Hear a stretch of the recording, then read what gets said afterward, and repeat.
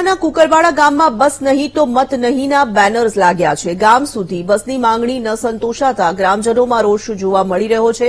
કુકરવાડા ગામમાં 25 ગામોથી લોકો ખરીદી કરવા માટે આવે છે. મોટું એપીએમસી હોવાથી અહીં ખેડૂતોની સતત અવરજવર રહેતી હોય છે. બસની વ્યવસ્થા અપૂરતી હોવાથી લોકો ત્રસ્ત હોવાની રજૂઆત થઈ રહી છે. ગામ લોકોએ માંગણી ન સંતોષાય તો ચૂંટણી બહિષ્કારની ચીમકી ઉચ્ચારી છે. હું કિશન રતિલાલ ભાનુશાલી એક કુકરવાડા ગામ તરફથી રજૂઆત કરવા માંગુ છું. કુકરવાડામાં આવતી અને જતી તમામ બસો કે જે પહેલા કરતો 20% બસો અત્યારે આવે છે, તો કેમ બંધ કરવામાં આવે છે?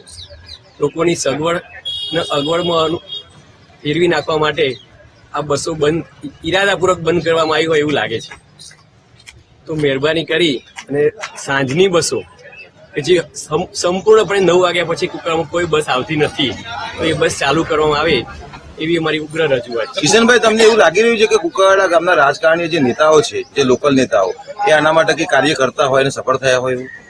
રાજકારણીઓ આની અંદર રસ કેમ લેતા નથી એક વિચારવાનો પ્રશ્ન છે. બાકી જો એ રસ લે તો આ કામ થાય એવું છે.